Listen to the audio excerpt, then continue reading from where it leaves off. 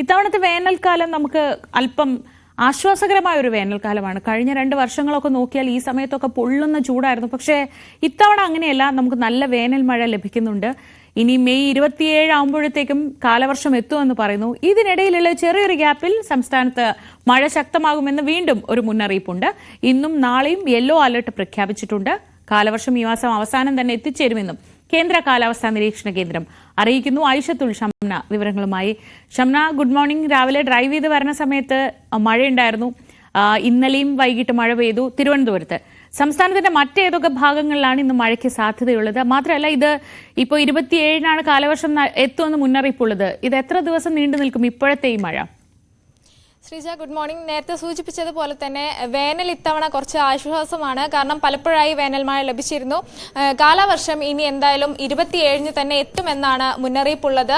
അത് ചിലപ്പോൾ 4 ദിവസം മുൻപോ 4 ദിവസം ശേഷമോ ആവാൻ സാധ്യതയുണ്ട്. എന്തായാലും കഴിഞ്ഞ വർഷങ്ങളെ അപേക്ഷിച്ച് ഇത്തവണ നേരത്തെ എത്തുമെന്നാണ് മുന്നറിയിപ്പുള്ളത്. 13-ാം തീയതിയോട് കൂടിയാണ് ആൻഡമാൻ കടലുകളിൽ കാലവർഷം എത്തുന്നത്. എന്തായാലും സംസ്ഥാനത്ത് ഇന്ന് 3 ജില്ലകളിലാണ് ഇന്ന് യെല്ലോ അലേർട്ട് ഉള്ളത്. എറണാകുളം, പത്തനംതിട്ട, ഇടുക്കി, മലപ്പുറം ജില്ലകളിലാണ് ഇന്ന് യെല്ലോ അലേർട്ട് ഉള്ളത്. ഒപ്പം നാളെയും സംസ്ഥാനത്ത് യെല്ലോ അലേർട്ട് പ്രഖ്യാപിച്ചിട്ടുണ്ട്. അത് 4 ജില്ലകൾക്കാണ്. എറണാകുളം, മലപ്പുറം, വയനാട്, കണ്ണൂർ ജില്ലകളിലാണ് നാളെ യെല്ലോ അലേർട്ട് ഉള്ളത്.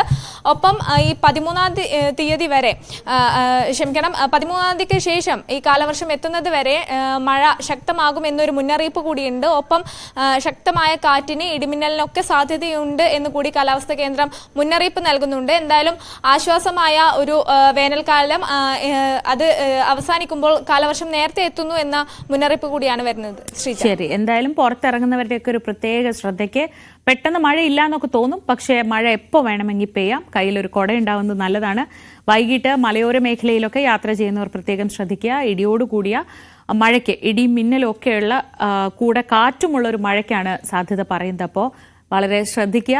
ഇപ്പോൾ നമ്മൾ പ്രതീക്ഷിക്കുന്ന പോലെയല്ല, നേരത്തെ കൂട്ടി മഴയുടെ സൂചനയൊന്നും ഉണ്ടാവില്ല. വളരെ പെട്ടെന്ന് ശക്തമായ മഴ പെയ്യുന്നതാണ് ഇപ്പോഴത്തെ ഒരു ട്രെൻഡ്. അപ്പോൾ അതുകൊണ്ട് കയ്യിലൊരു കുടയൊക്കെ കരുതി സേഫ് ആയിട്ടിരിക്കുക. നമുക്ക് ഇടവേളയ്ക്ക് ശേഷം മറ്റു വാർത്തകളിലേക്ക് വരാം.